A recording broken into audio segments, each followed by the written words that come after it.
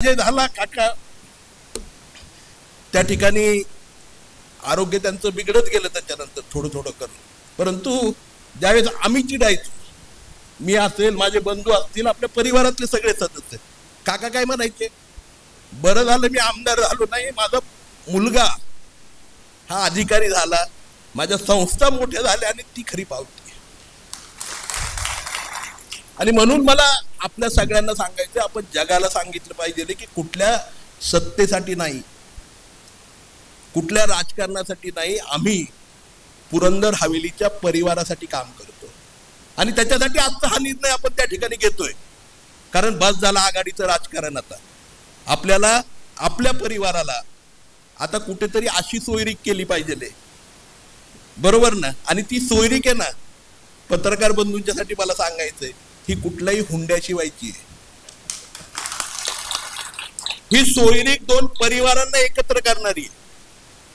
त्यामुळे आपण अशा परिवारामध्ये चाललोय की ज्या परिवारामध्ये आपण अशा प्रकारे सामावून जाणार आहे की त्याच्यामध्ये तुमच्या आमच्यामध्ये अंतर राहणार नाही. आणि हा परिवार जो आपला मोठा होणार आहे ना, की इथून पुढच्या काळामध्ये कधीही माझी नाही, या मंचकावरती आणि इथं बसलेल्या पुरंदर तालुक्यातल्या आपल्या परिवारातील कुठल्याही सदस्याची पाठ मातीला लागणार नाही. आणि हे सगळे ओळखून आहेत, किती पारदर्शकपणे, प्रामाणिकपणे. कुणीतरी मागाशी म्हटलं माझा स्वभाव नाही, तुमचा जो आहे ना. कारण काय असतं माहितीये का, शेवटी आई वडील जे पेरतात ना ते मुलगा दाखवतो. तुम्ही सगळे मंडळी माझ्यासाठी प्रेमाने आई वडील आहात. केवळ मी चंदू काकांचा आणि आनंदी काकींचा मुलगा नाहीये, तुमच्या सगळ्यांच्या परिवारातील सदस्य आहे. तुम्ही जे जे पेरलं, तुम्ही मला प्रेम दिलं, प्रेम दाखवायला लावलं समाजाला, तेच मी द्यायचं काम केलंय. आणि त्यामुळे मला वाटतंय की इथून पुढच्या काळामध्ये या गोष्टींचा उहापोह करण्यापेक्षा येणाऱ्या काळामध्ये ज्या परिवारामध्ये आपण चाललोय, आपण का निवडला परिवार, कारण ज्या परिवारातून आपण जातो आहोत त्या परिवारामध्ये पूर्वीच्या काळामध्ये एक संस्थात्मक काम होतं. कोठाडे साहेब त्याचं जिवंत उदाहरण, कारण माझ्या अगोदर, जन्माच्या अगोदर पासून त्या ठिकाणी काम करत होते. आज आपण जात असताना दुसऱ्या परिवारामध्ये सुद्धा संस्थात्मक काम, इन्स्टिट्यूशनल काम, संघटनात्मक काम, तिथे आपण संजय जगताप म्हणून नाही जाते, आपला सगळ्यांचा एकत्रित कुटुंब म्हणून एका कुटुंबामध्ये प्रवेश करतो आहोत. आणि मला निश्चितपणे खात्री आहे त्या ठिकाणी प्रत्येक सर्वसामान्य कार्यकर्त्याला, सूरज जो मगाशी बोलला किंवा आपण सगळेजण बोलला, त्या प्रत्येकाला न्याय देण्याचं काम तळागाळापर्यंत, प्रत्येक विषय की ज्या भावनिकपणे आपल्या गायकवाडताई, आज त्या परिवारामध्ये काय म्हटलं जातं, आज तुम्ही ऐकलं असेल, म्हणजे मी म्हणणार नाही किंवा कोणीतरी म्हणेल की लगेच आता तुमची भाषा बदलली आणि आपण देवेंद्रजींच्या बद्दल सांगायला लागला. परंतु खरोखर मी एक 10-15 दिवसांपूर्वी त्यांचा विचार ऐकला. समाजामध्ये सामाजिक समरसता आणायचा प्रामुख्याने मुद्दा हा ज्या परिवारामध्ये आपण जातो आहोत, भारतीय जनता पक्षाच्या त्या परिवाराचा आहे. आणि त्याचं जिवंत उदाहरण जर बघितलं तर आपल्या कुंभारवाडण्याच्या सरपंच आहेत. का मी म्हणतो, आपल्या सगळ्यांना माहिती आहे पद्मविभूषण सिंधुताई सपकाळ यांची ती कन्या. परंतु आज मोठेपणा किती असेल कुंभारवाड गावचा, की त्या कन्येला ज्यांना सिंधुताईंनी बोलवलं, दत्तक घेतलं, वाढवलं, त्या कन्येला गावचं सरपंच पद बहाल करणं, हे तुम्हालाही माहिती आहे की किती महत्वाचं आहे. त्यांना सामावून घेणं आणि अशा प्रकारे जे ध्येय धोरण ज्या कुटुंबामध्ये आपण जातो त्या कुटुंबाचं ध्येय धोरण आहे समरसतेने सर्व समाजाला, प्रत्येक परिवाराला, प्रत्येक व्यक्तीला त्या ठिकाणी एकत्रितपणे त्यांची उपासनेची पद्धत कुठली असू द्यात, परंतु ते एकत्रितपणे एका छताखाली समरस झाले पाहिजे. ही भूमिका त्या ठिकाणी त्या संघटनेची, त्या ठिकाणी त्या पक्षाची आहे, त्या परिवाराची आहे. आणि म्हणून त्या ठिकाणी त्या परिवारामध्ये जाण्याचा निर्णय आम्ही सगळ्यांनी घेतलाय. कारण संघर्षाची पार्श्वभूमी तुम्हाला सगळ्यांना 40-50 वर्षाची.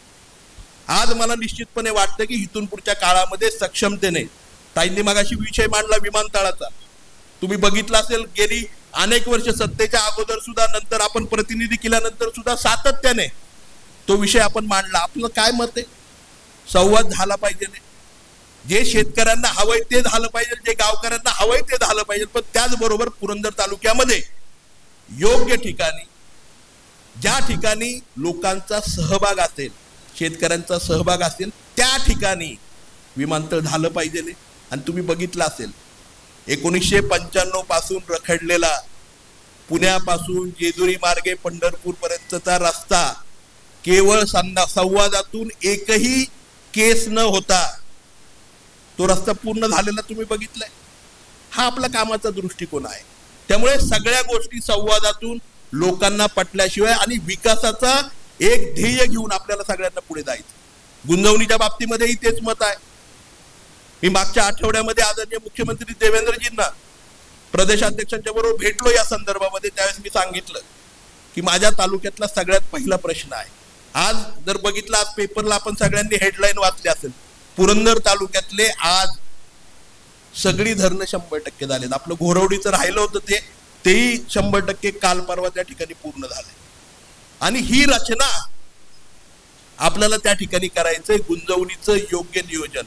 आज गुंजवणी खोऱ्यातलं पाणी त्या ठिकाणी परिंच्यापासून वाल्ल्यापर्यंत आता चालू आहे. ती योजना मंजूर आहे. काही पाणी आपल्याकडे वरती आपल्या कार्याच्या पठारावरती त्या ठिकाणी येत आहे. परंतु मी त्यांना एकच विनंती केली आहे, गुंजवणी आणि नीरा नदी ही कऱ्हेच्या पात्रामध्ये त्या ठिकाणी जसं ब्रह्मदेवाचं कमंडलू आहे, आपल्याला सगळ्यांना माहिती आहे कऱ्हेचा उगम ब्रह्मदेवाच्या कमंडलू मधून झालेला आहे. त्या कमंडलू मध्ये त्या ठिकाणी नीरा आणि गुंजवणीचं पाणी टाकायचं काम ही एकमेव मागणी त्या ठिकाणी आपण केली. आणि मला खात्री आहे त्याच्यामुळे निश्चितपणे 100% आपल्याला कधीही जे तुम्हाला अनुभवायला लागतंय पाण्याचं राजकारण, हे ह्या तालुक्यातलं बंद झालेलं तुम्हाला आम्हाला दिसेल. आणि केवळ तालुक्यात नाही, बारामतीतल्या त्या 16 दुष्काळी गावांमध्ये, इंदापूरच्या दुष्काळी गावांमध्ये, कऱ्हेच्या सगळ्या पट्ट्यामध्ये पूर्णपणे पाण्याची योजना जर ती झाली आणि नदी जोड प्रकल्पामध्ये, याच्याला कायदेशीर कुठली अडचण नाहीये. नदी जोड प्रकल्पामध्ये हे झालं तर निश्चितपणे आपल्याला त्याचा फायदा होणार आहे. आणि मला खात्री आहे ज्या परिवारामध्ये आपण जातोय ना, तिथे प्रत्येक विषय आपला उचलून धरला जाईल, प्रत्येक विषयाला त्या ठिकाणी मान्यता मिळेल आणि प्रत्येक विषयाबद्दल, ते विमानतळापासून, गुंजवणीपासून, पानंद रस्त्यांच्या पासून आपल्या गावच्या विकासापर्यंत, आपल्या सीताफळ इस्टेट पर्यंत, आपल्याला त्या ठिकाणी आपल्या फळबागांच्या पर्यंत, आपल्या तालुक्यातल्या सर्वसामान्य माणसाच्या आणि शेतकऱ्याच्या भावना ह्या प्रत्येकापर्यंत आणि प्रत्येक विषयापर्यंत मुळाशी जाऊन त्याचा योग्य नियोजन करून त्या ठिकाणी योग्यपणे त्या सर्वसामान्य शेतकऱ्याच्या परिवारातील कुटुंबाला सक्षम करण्याचं काम जर खऱ्या अर्थाने कोण करू शकत असेल तर तो भारतीय जनता पक्षाचा परिवार करू शकतो. याची जाणीव मला वाटतं माझ्या सगळ्यात तरुण सहकाऱ्यांना त्या ठिकाणी झाली. मला थोडंसं त्यांचं ऐकायला उशीर झाला. तुमच्या सगळ्यांच्याच भावना तुम्ही व्यक्त केल्या, तुमचं ऐकायला थोडासा उशीर झाला मला. परंतु असो, मला आज खरोखर खूप भावनिक झालोय. कारण काल दुपारी 2च्या नंतर आपण संवाद सभेच्या बाबतीमध्ये निर्णय घेतला आणि एवढ्या मोठ्या संख्येने आज त्या ठिकाणी पोहोचलात. अनेक मंडळींचे मला फोन आले की आम्हाला सर निरोप नाही मिळाला, मी गावाला आहे, कोणी बाहेर गेलेले, कोणी या ठिकाणी उपस्थित आहे, राहू शकलं नाही काही कारणांमुळे. परंतु मला एक निश्चितपणे आनंद आहे की आपल्या परिवारातील सगळे सदस्य सक्षमपणे आपण एका विचारांबरोबर निश्चितपने जाऊन उद्याच्या 16 तारखेला अनेक प्रश्न मी पत्रकार परिषदेपुढे मांडेल सविस्तर, कारण बराच वेळ झालाय, पत्रकारही थांबले तर आपणही खूप जण आले, अजून खूप लोकांना आपल्या बोलायचं होतं परंतु सगळ्यांना त्या ठिकाणी बोलता आलं नाही. तर मला आपल्या सगळ्यांना त्या गोष्टी सविस्तरपणे पत्रकारांच्या समोर बोलू द्यात. उद्याच्या 16 तारखेला भारतीय जनता पक्षाचे प्रदेशाध्यक्ष आदरणीय रवींद्रदादा चव्हाण साहेब हे त्या ठिकाणी पक्षप्रवेशासाठी येत आहेत. आणि या ठिकाणी पक्षप्रवेश होणार आहे. तो पक्षप्रवेश संजय जगतापांचा नाही, तो पक्षप्रवेश हा आपल्या कुटुंबाचा त्या ठिकाणी आहे. आणि तो पक्षप्रवेश कुठल्या परिवारामध्ये नाहीये, तर दोन्ही परिवारांचं मनोमिलन हा कार्यक्रम त्या ठिकाणी आहे. आणि त्यामुळे निश्चितपणे आपल्या सगळ्यांना मी नम्रपणे विनंती करेन, या मनोमिलनाच्या कार्यक्रमासाठी, आपल्या ह्या सोयरिकीसाठी तुम्ही सर्वांनी त्या ठिकाणी तळागाळापर्यंतच्या प्रत्येक कार्यकर्त्यापर्यंत, प्रत्येक सर्वसामान्य माणसापर्यंत जाऊन मोठ्या संख्येने आपण त्या ठिकाणी पालखी तळावरती उद्याच्या कार्यक्रमासाठी उपस्थित राहावं. आता या ठिकाणी संजयराव, आदरणीय पिलू शेठ, संदीप शेठ, आदरणीय अण्णा कदम, सगळी हवेलीतली मंडळी, वडकीकर मंडळी सगळी उपस्थित आहेत. या सगळ्यांच्यासाठी सांगू इच्छितो, ज्या प्रश्नाला 2019ला आमदार झाल्यानंतर MGPच्या माध्यमातून एक प्रस्ताव मी त्या ठिकाणी जिल्ह्याच्या पातळीवरती मांडला की दक्षिण पुण्याची पाणी योजना जी आंबेगाव पासून त्या ठिकाणी कोळेवाडी पासून ते फुरसुंगीच्या शेवाळवाडी पर्यंत व्हावी, त्याच्यासाठी अमृत 2 मधनं त्या काळामध्ये नव्याने ती योजना होत होती. ती सगळी गावं ग्रामीण भागामध्ये होती. त्यावेळेस मी त्या ठिकाणी MGPच्या माध्यमातून मांडला होता की जलजीवन मधून ते पाण्याची योजना व्हावी. तो प्रस्तावही MGPच्या माध्यमातून केला. दुर्दैवाने तो प्रस्ताव जिल्ह्याच्या पुढेच गेला नाही. त्यानंतर आपण बघितलं असेल ही सगळी गावं 2020-21ला त्या ठिकाणी पुणे महानगरपालिकेमध्ये गेली.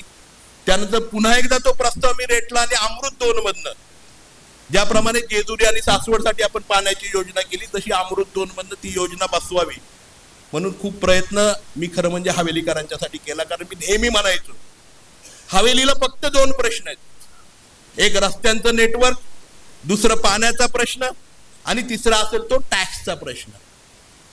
छोटे प्रश्न हो. आज मी काल परवा म्हणजे 1 महिन्यापूर्वी ज्यावेळेस भेटलो आदरणीय मुख्यमंत्री महोदयांना आणि चर्चा चालू होती, फक्त काही नाही. आज तुम्ही सासवड नगरपालिकेने बघितलं असेल, जेजुरी नगरपालिकेने बघितलं असेल, फुरसुंगी उरळीच्या नगरपालिकेने बघितलं असेल किंवा महानगरपालिकेच्या भागाने बघितलं असेल. शास्तीकराला म्हणजे दंड आणि व्याजाला 2 मिनिटांमध्ये त्या ठिकाणी मंजुरी त्यांनी दिली आणि आज सगळ्या नगरपालिका महानगरपालिकांमध्ये ते पत्र आलं आणि शास्तीकर त्या ठिकाणी बसला. हे काय मला काहीतरी पद द्या म्हणून नाही मागितलं. या नगरपालिका क्षेत्रामधील, महानगरपालिका क्षेत्रामधील आणि प्रत्येक लोकांना जो काही टॅक्सचा भाग होता तो कमी करण्यासाठी मागितला आणि त्याला क्षणिक मंजुरी देण्याचं काम आताच्या काळामध्ये झालं. मी जे लोकप्रतिनिधी असताना करू शकलो नाही. आपल्या दक्षिण हवेलीच्या पाण्याच्या योजनेच्या बाबतीतही त्यांनी तत्काळ सांगितलं तू निर्णय घे लगेचच्या लगेच त्याच्या बाबतच्या बैठका, त्याच्या बाबतचं नियोजन आपण करू की निश्चितपणे या तालुक्यामधल्या प्रत्येक गावापर्यंत शुद्ध चांगलं पाणी, पुरंदर हवेलीमध्ये जे जे प्रश्न आहेत मग ते पानंद रस्त्यांचे असतील, गावाच्या अंतर्गत रस्त्यांचे असतील, पिण्याच्या पाण्याचे असतील. आज बघितलं असेल पिण्याच्या अनेक जलजीवनच्या योजना डिसेंबर पासून ठप्प पडल्यात. आपण आखली होती योजना, मगाशी राजुरीचे मंडळी बोलले त्या ठिकाणी की त्या ठिकाणी पाणी साठवण्याचं, पिण्याच्या पाण्याच्या साठवणुकीची व्यवस्था करावी जशी नीरेमध्ये झाली. अशा सगळ्या गोष्टी आहेत, कितीतरी गोष्टी आहेत. पण काय झालं, नोव्हेंबरच्या नंतर ज्यावेळेस आपला पाय उतार झाला त्यानंतर या तालुक्याचा काय कामकाजाचा आढावा आहे त्याच्याबद्दल मी आता बोलणार नाही, कारण आपण एका परिवारामध्ये चाललेलो आहोत. टीका मला कुठल्याही बद्दल करायची नाहीये. मला फक्त एक प्रामाणिकपणे सांगायचं की जिथे जिथे त्या ठिकाणी आपण काम केलं ते प्रामाणिकपणे आणि तळमळीने करायचा प्रयत्न केलेला आहे. कैलासवासी मला अनेक जण म्हटले, कैलासवासी काकांनी त्या ठिकाणी आपल्या आयुष्याच्या शेवटच्या दिवसापर्यंत त्या ठिकाणी पक्ष बदलला नाही. निश्चितपणे मी विचार नाही बदलले. मी अशा समविचारी पक्षामध्ये चाललोय की जिथे मूळतः सर्वसामान्य शेतकरी तरुण सक्षम झाला पाहिजे, सर्वसामान्य शेतकरी सक्षम झाला पाहिजे. तो शिक्षणाच्या माध्यमातून, उच्च शिक्षणाच्या माध्यमातून त्या ठिकाणी त्याचा मुलगा, त्याचा परिवार सक्षमतेने उभा राहिला पाहिजे आणि अनेक ग्रामीण भागातील तरुण त्या ठिकाणी सक्षमतेने उभे राहिले पाहिजे. मला माहिती आहे सर्वसामान्य कुटुंबातून आदरणीय चंदूकाकांच्या सारखा परिवार असेल, आदरणीय पतंगराव कदमांच्या सारखा परिवार असेल, विलासराव देशमुखांच्या सारखा परिवार, सरपंचापासून कुठपर्यंतची झेप त्या काळामध्ये ज्या कुटुंबामध्ये आपण होतो त्यांनी घेतली. परंतु आज काय आहे, आज ही झेप मागची 11 वर्ष तुम्ही आम्ही सगळी मंडळी बघतोय. सर्वसामान्य कुटुंबातल्या व्यक्तींना या ज्या परिवारामध्ये आपण भारतीय जनता पक्षाच्या परिवारामध्ये जातोय तिथे सर्वसामान्य कुटुंबातल्या व्यक्तींना, समाजातल्या माणसांना जे समाजासाठी काम करतायत समाजामध्ये मिरवतायत ते नाही, जे समाजासाठी तळमळीने काम करतात ना, या व्यक्तींचा बहुमान आणि त्यांच्या त्या ठिकाणी काम करण्याची पद्धती या पक्षामध्ये आहे, जे आपण राष्ट्रीय धोरण आदरणीय पंतप्रधान नरेंद्रजी मोदी साहेबांचं बघतोय. आपण बघितलंय, अनेक गोष्टी बघितल्यात, परंतु सगळ्यात मूळचा सर्वसामान्य शेतकऱ्याच्या खात्यापर्यंत येणारा पैसा बघितला असेल, तो खात्यापर्यंत येतो, त्याला कुठे मध्ये गळत लागत नाही. ह्या ज्या भूमिका आहेत, सर्वसामान्य माणसासाठी जे राष्ट्रीय धोरण आहे, विकासासाठी जे राष्ट्रीय धोरण आहे, ते निश्चितपणे तुम्हा आम्हा सगळ्यांना त्या ठिकाणी उत्स्फूर्त करणारा आहे. आणि म्हणून या परिवाराची निवड मला वाटतं आपण सगळ्यांनी केली, आपण सगळ्यांनी तो आग्रह धरलात आणि म्हणून हा निर्णय घेतला. असोत अधिकचं बोलण्यापेक्षा बोलण्यासारखे खूप विषय आहेत. मी इथे विमानतळापासून, गुंजवडीपासून, रस्त्यांपासून, MIDCच्या विस्तारीकरणापासून, त्या ठिकाणी आपल्या या ठिकाणी आदरणीय महात्मा फुलेंच्या त्या ठिकाणी जो कॉरिडॉर आपल्याला करायचा आहे, किंवा राजे आद्य क्रांतीवीर राजे उमाजी नाईकांचा जे आपल्याला सृष्टी त्या ठिकाणी करायची आहे, छत्रपती शंभू महाराजांची सृष्टी त्या ठिकाणी करायची, अहिल्याबाई होळकर, पुण्यश्लोक अहिल्याबाई होळकरांचं जे स्मारक आपल्याला बांधायचंय. मल्हार मार्तंडाचा विकास तुम्ही बघितला असेल, पहिला टप्पा तर पूर्ण झाला, पण दुसऱ्या तिसऱ्या टप्प्याचा आता काही पत्ता अजून काही लागत नाही, हे जेजुरीकरांना नाही माहिती. पहिल्या टप्प्यातली कामही तुम्ही बघितली असतील, दीपमाळांपासून प्रत्येक गोष्टीला त्या ठिकाणी पुनर्वसन खात्याच्या माध्यमातून काम करण्याचा प्रयत्न आपण त्या ठिकाणी केला. कधी कुठल्याही कामाचं श्रेय घ्यायचा प्रयत्न मी केला नाही. मगाशी वहिनी म्हटल्या, त्यांच्या भाषणामध्ये त्यांना रडू कोसळलं. काल मला देवाशेठचा फोन आला होता. मी त्यांना म्हटलो होतं तब्येत सांभाळा. मी काल बोललो त्यांना, मी म्हटलं तुम्ही तब्येत सांभाळा. मला आठवतंय त्यांची भाषणं देवाशेठची तुम्ही सगळ्यांनी ऐकलेत. वहिनी मगाशी म्हटल्या, आज त्यांनी विकासाच्या बाबतीत सांगितलं. मला देवाशेठचा फोन आला, सराव आपले उद्घाटन राहिलेत. उद्घाटनांच्यासाठी तुम्ही बघितलं असेल कितीतरी कामं केली. आज काय दुर्दैव तुम्ही बघितलं, एसट्यांची मागणी 1 वर्षापूर्वी आपण केली, एसट्या आल्या तालुक्यात, पण त्याचं नियोजन पण केलं पाहिजे ना. मला रिसेपिसेवरनं फोन आला, राजुरीपर्यंत एसटी आहे सर, विनंती आपल्याला राजुरीपासून पुढे रिसेपिसेपर्यंत गेली पाहिजे. हीच भावना आहे ना आपली. आणि ह्या भावनेतनं काम करण्यासाठी आपल्याला संधी हवी. आपल्याला सत्तेतल्या पक्षाकडे, सत्तेतल्या कुटुंबाकडे आणि खऱ्या अर्थाने सर्वसामान्यांचं काम करणाऱ्या कुटुंबाकडे, भारतीय जनता पक्षाकडे का जायचंय? कारण तुम्हाला आम्हाला सगळ्यांना माहिती आहे, जे जे प्रश्न गावांचे आहेत, जे जे प्रश्न परिवारांचे, जे जे प्रश्न व्यक्तींचे, जे जे प्रश्न आपल्या प्रत्येकाच्या रोजच्या अडचणींचे निगडीत आहे, हे प्रश्न सोडवण्याची ताकद, दानत आणि खऱ्या अर्थाने पारदर्शकता जर कुणाच्या मध्ये असेल तर ती केवळ आणि केवळ आदरणीय देवेंद्रजी फडणवीस आणि भारतीय जनता पक्षामध्ये त्या ठिकाणी आहे. आणि म्हणून आपल्या सगळ्यांना मला या ठिकाणी नम्रपणे पुन्हा एकदा विनंती करायची, आपल्या सगळ्यांचा आग्रह, आपल्या सगळ्यांनी सांगितलेलं मार्गदर्शन आणि खरं म्हणजे गेली 14-15 वर्ष सातत्याने आपला सगळ्यांचा पाठपुरावा, ह्याचं खरं म्हणजे हे श्रेय आहे की आपण एका कुटुंबातून आज दुसऱ्या परिवारामध्ये जातोय. त्यामुळे आपल्या सगळ्यांनाच मला नम्रपणे विनंती करायची, उद्याच्या 16 तारखेला ज्यावेळेस प्रदेशाध्यक्ष आदरणीय रवींद्रदादा चव्हाण साहेब या ठिकाणी येणार, आज मला मुद्दामून सांगायचं आपल्या सगळ्यांना की आपण बघितलं असेल भारतीय जनता पक्षामध्ये त्या ठिकाणी प्रवेश होत असताना सगळे प्रवेश हे त्या ठिकाणी मुंबईला होते. मला मनापासून त्यांचे आभार मानायचे की ते प्रदेशाध्यक्ष झाल्यानंतर पहिल्यांदाच आणि मुंबईच्या बाहेर प्रदेश कार्यालयाच्या बाहेर पहिल्यांदा आज आपल्या परिवारामध्ये ते येत आहेत. म्हणजे मगाशी मी सांगितल्याप्रमाणे आज एका परिवाराचा दुसऱ्या परिवाराबद्दल त्या ठिकाणी साटलोट होतंय. आपल्या दोन्ही परिवारांच्या मध्ये ते सोयरीक झालेली आहे, सोयरीक. आणि त्यामुळे आज आपल्याकडे सोयरिकीच्या नात्याने उद्याच्या 16 तारखेला ही सगळी मंडळी आपल्या बरोबर एकत्रित येणार आहे. आणि मला निश्चितपणे सांगायचं की उद्याच्या काळामध्ये एकत्रितपणे घट्ट एकत्र कुटुंब म्हणून उद्याच्या काळामध्ये आपण सगळेजण एकत्रितपणे जाऊत. आणि मला आपल्या सगळ्यांना खात्री द्यायची आहे, जे जे प्रश्न मी सांगितलेत आणि सर्व समाजांना घेऊन, असं नाही की कुठल्या समाजाला आपण त्या ठिकाणी बाजूला ठेवतोय किंवा कुठल्या समाजाला त्या ठिकाणी दडपण हे आणायचा प्रयत्न करतोय. आज सगळ्या समाजांना बरोबर घेऊन आणि न्याय घेऊन, कारण आपण बघितलंय कैलासवासी काकांचं स्वप्न होतं की सगळ्यांना बरोबर घ्यायचं, विकास गावाचा झाला पाहिजे, चंदू काका जगतापांचा नाही झाला पाहिजे, ही भावना नेहमी काकांची होती. आणि तीच घेऊन आपला परिवार त्या ठिकाणी उद्याच्या 16 तारखेला भारतीय जनता पक्षाच्या परिवाराबरोबर त्या ठिकाणी एकत्रितपणे सोयरिकीसाठी आपण चाललेलो आहोत. मला खात्री आपण सगळेजण मोठ्या संख्येने त्या ठिकाणी प्रत्येक विचार, प्रत्येक व्यक्तीला आणि आपल्या सगळ्यांना एकत्रितपणे त्या ठिकाणी जमायचंय. ही सोयरीक, ही मुहूर्तमेढ आणि त्या परिवारातली आपली सगळ्यांची त्या ठिकाणी माझ्या बरोबर आपल्या सगळ्यांचा प्रवेश हा एकत्रितपणे एवढा भव्य दिव्य असला पाहिजे की खऱ्या अर्थाने आज माऊलींच्या त्या पालखी तळावरती सुद्धा 16 तारखेला पंढरीच्या दर्शन घेऊन संत सोपान काकांची पालखी आणि माऊलींची पालखी सुद्धा या सोपान नगरमध्ये, सोपान काकांच्या नगरीमध्ये त्या ठिकाणी येणार आहे.